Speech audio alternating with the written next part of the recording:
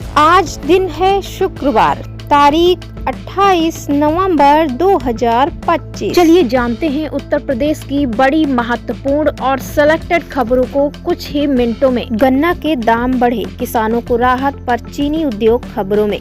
2025-26 मौसम के लिए राज्य सरकार ने गन्ना की न्यूनतम समर्थन मूल्य यानी MSP बढ़ाकर तय की है, जिससे किसानों को बेहतर दाम मिलेगा। विश्लेषकों का कहना है कि इससे किसान आर्थिक रूप से मजबूत होंगे, मगर चीनी उद्योग में उत्पादन व मांग दोनों कारकों पर असर पड़ सकता है।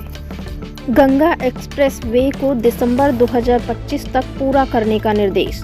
गंगा एक्सप्रेस वे के निर्माण को लेकर मुख्यमंत्री योगी आदित्यनाथ ने अधिकारियों को दिसंबर 2025 तक काम पूरा करने का आदेश दिया है।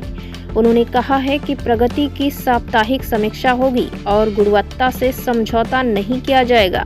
इससे यूपी में सड़क परिवहन नेटवर्क मजबूत होगा, यात्रा आसान होगी और व्यापार लॉजिस्टिक भी सुधरेंगे। वाराणसी में गंगा आरती देखने आए पर्यटकों की भीड़। वाराणसी में आज भी दशाश्वमेध घाट पर शाम की गंगा आरती में भारी संख्या में पर्यटक उमड़े। सर्दी के बावजूद विदेशी पर्यटकों का उत्साह देखते ही बन रहा था। पर्यटन विभाग के अनुसार इस सीजन में आगंतुकों की संख्या पिछले साल की तुलना में 25% अधिक है।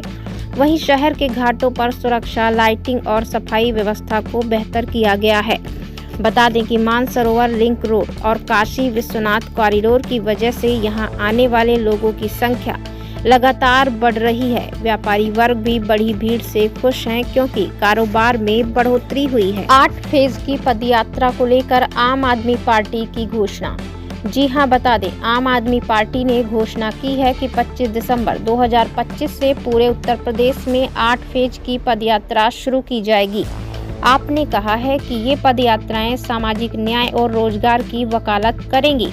उनका आरोप है कि भारतीय जनता पार्टी सरकार और मतदाता सूची में हो रहे विशेष सघन पुनरीक्षण यानी SIR के जरिए लोकतंत्र और चुनावी निष्पक्षता को प्रभावित करने की कोशिश कर रही है।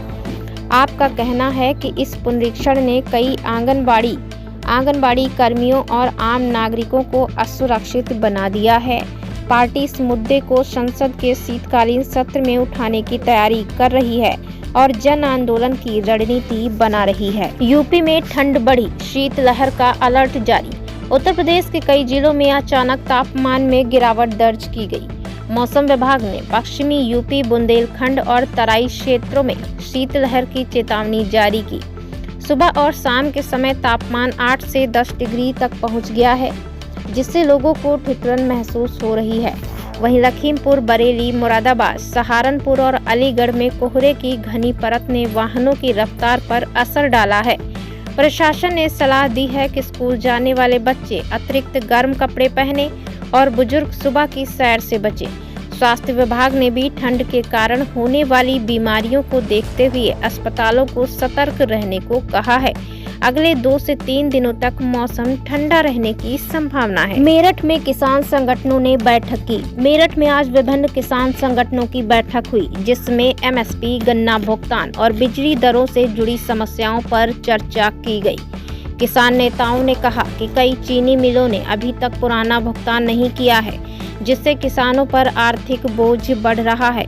इसके अलावा उन्होंने बिजली बिलों में राहत और सिंचाई व्यवस्था को मजबूत करने की मांग की है। वहीं बैठक में फैसला लिया गया कि यदि जल्द समाधान नहीं हुआ तो वे आंदोलन की घोषणा कर सकते हैं।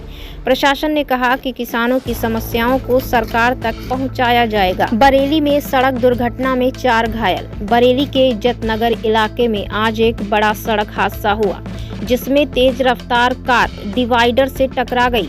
हादसे में 4 लोग घायल हो गए, जिन्हें अस्पताल में भर्ती कराया गया है। स्थानीय लोगों के अनुसार कार तेज गति से आ रही थी और अचानक चालक का नियंत्रण खो गया। पुलिस ने मौके पर पहुंचकर जांच शुरू कर दी है। दुर्घटना के बाद क्षेत्र में कुछ देर तक ट्रैफिक भी बाधित रहा। पुलिस ने फिर से वाहन चलाते समय सावधानी बरतने की अपील की है। अलीगढ़ मुस्लिम यूनिवर्सिटी में छात्र चुनाव की तैयारी। बता दें दोस्तों कि AMU में छात्र चुनाव को लेकर माहौल गर्म है। विभिन्न छात्र संगठन कैंपस में प्रचार कर रहे हैं। इस बार सुरक्षा को देखते हुए पुलिस की अतिरिक्त तैनाती की गई है ताकि किसी तरह का विवाद न हो। विश्वविद्यालय प्रशासन ने भी सख्त नियम जारी किए हैं और किसी भी प्रकार की गड़बड़ी पर कठोर कार्रवाई की चेतावनी दी है। छात्र यूनियन चुनावों का असर आसपास के जिलों में भी देखा जा रहा है क्योंकि छात्र राजनीति यहां काफी सक्रिय है। सिद्धार्थनगर में बर्ड फ्लू का अलर्ट। सिद्धार्थनगर जिले में बर्ड फ्लू के कुछ संदिग्ध मामलों के बाद स्वास्थ्य विभाग ने अलर्ट जारी कर दिया है।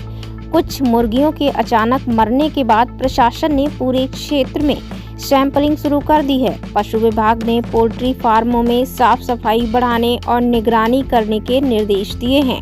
अभी तक किसी इंसान में संक्रमण की पुष्टि नहीं हुई है, लेकिन सावधानी के लिए टीमों को गांव-गांव भेजा जा रहा है।